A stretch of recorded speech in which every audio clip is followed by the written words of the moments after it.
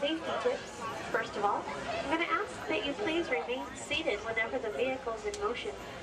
I will be coming to complete stops at different points throughout the tour.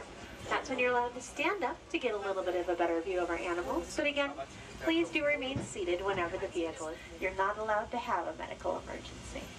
Little baby out there. Do you see the baby? It's the closest one to us. It's wagging its tail as it walks away. A little bit different looking. They love to hang out together in groups.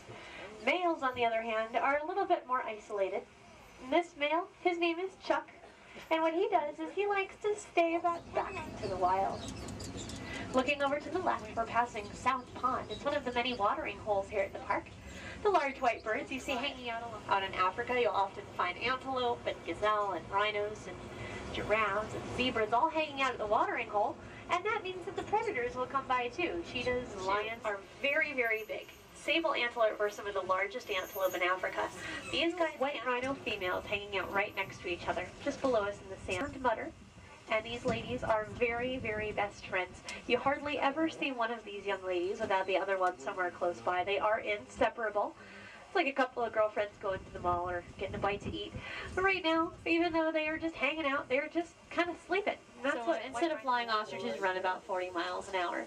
Now it looks like the one that's closest to us is getting ready possibly to take a dirt bath. The more friends you have watching your back, about 16 feet tall. Now, giraffes, of course, are tall for a good reason.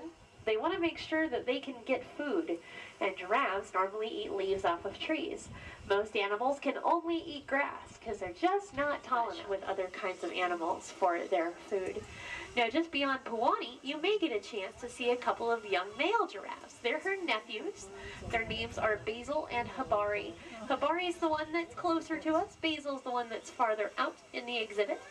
Now, both Basil and Habari are right around a year old, but Cape buffalo are pretty deceptive. These guys can be extremely aggressive animals. The Cape buffalo have been known to start and win fights with lions. That's because they're extremely territorial. They don't like other animals wandering into the area, and they are very protective of their babies. Now, what's interesting about the Cape buffalo is if you're getting in a confrontation with the Cape buffalo, you don't have to worry about we have keeper activity going on in these exhibits all the time. So they're used to it, but they want to make sure just in case.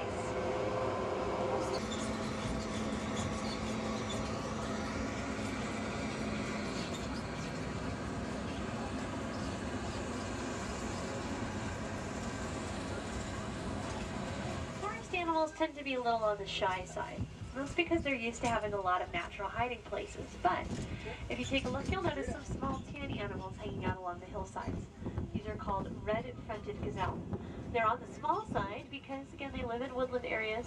That small size will help us to us on our right, right next to this chain link fence. These are called Zambezi lechwe.